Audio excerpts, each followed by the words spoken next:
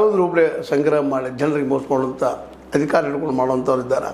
ಆದರೆ ಈ ನಿಲ್ಲನ್ನವರು ರಾಜಕೀಯ ಶಕ್ತಿ ಕೈ ಉಳಿದು ಸಿಕ್ಕೋ ಇವೆಲ್ಲ ಬೇರೆ ವಿಷಯ. ಆದರೆ ಇವತ್ತು ಸಿಕ್ಕಿದಾನ, ರೈಡ್ ಆಗ್ಯದ, AC DC ಎಲ್ಲರೂ ಬೆನ್ನತ್ತಿದ್ದಾರೆ, ನಮ್ಮ ಪೊಲೀಸ್ ಇಲಾಖೆನೂ ಬೆನ್ನತ್ತದ.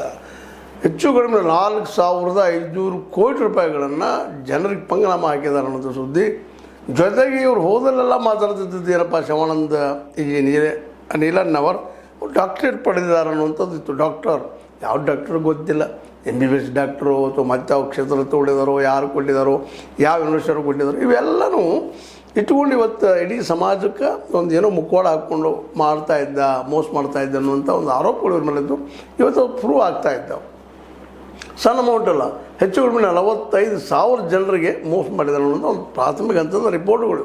ಈ ನಮ್ಮೆಲ್ಲ ಪೊಲೀಸ್ ಇಲಾಖೆ ಆಗಿರ್ಬೋದು, ನಮ್ಮ ಏನಪ್ಪ ಅಂತಂದರೆ ಈ ನಮ್ಮ DC ಅವರಾಗಿರ್ಬೋದು ಅಥವಾ ಕಂದಾಯ ಇಲಾಖೆ ಆಗಿರ್ಬೋದು, ಇವತ್ತು ಎಚ್ಚರಗೊಂಡದ್ದು. ಅದೇ ಕಾರಣಕ್ಕೆ ಇದೇ ನಾಳೆ 17ಕ್ಕೆ ಒಂದು ದೊಡ್ಡ ಪ್ರಮಾಣದ ಫಂಕ್ಷನ್ ಕೊಡೋದು. ಇಲ್ಲಿವ್ರು ಯಾರೂ ಅಬ್ಜೆಕ್ಷನೇ ಮಾಡಿರಲಿಲ್ಲ. ಅದನ್ನು 25,000 ಜನ ತೊಗೊಂಡು ಬೆಳಗಾವಿಯನ್ನು ಸ್ವಚ್ಛ ಮಾಡೋದು ಅಷ್ಟೇ ಅಲ್ಲ. ನಾನು 224 ಕ್ಷೇತ್ರ ಗೆಲ್ಲಿಸಲು ಬರುವಂಥ ವ್ಯಕ್ತಿ ನಾನು ಅಂತ ಓಪನ್ನಾಗಿ ಹೇಳಿಕೆ ಕೊಡುವಂಥದ್ದು.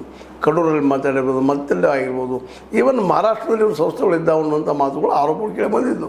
ಅದನ್ನು ತನಿಖೆ ನಡೀತಾ ಇದೆ, ನೋಡೋಣ ಏನೇನು ಬರ್ತದೆ. ಬಟ್ ಈಗ ಆರಂಭಿಕ ಹಂತದಲ್ಲಿ ಮಾತ್ರ ಅವರೊಬ್ಬ ದೊಡ್ಡ ಫ್ರಾಡ್ ಅನ್ನೋದು ರುಚುವಾತ್ ಆಗ್ತಾ ಹೋಗ್ತಾ ಇದೆ ಅಂತ. ಇದು ಎಲ್ಲಿಟ್ಟಿದೆಯಪ್ಪ, ಏನು ಮಾಡಿದೆಪ್ಪ ಅನ್ನೋದು ಉತ್ತರ ಅವ್ರು ಕೊಡ್ತಾ ಇಲ್ಲ. ಆದ್ರೆ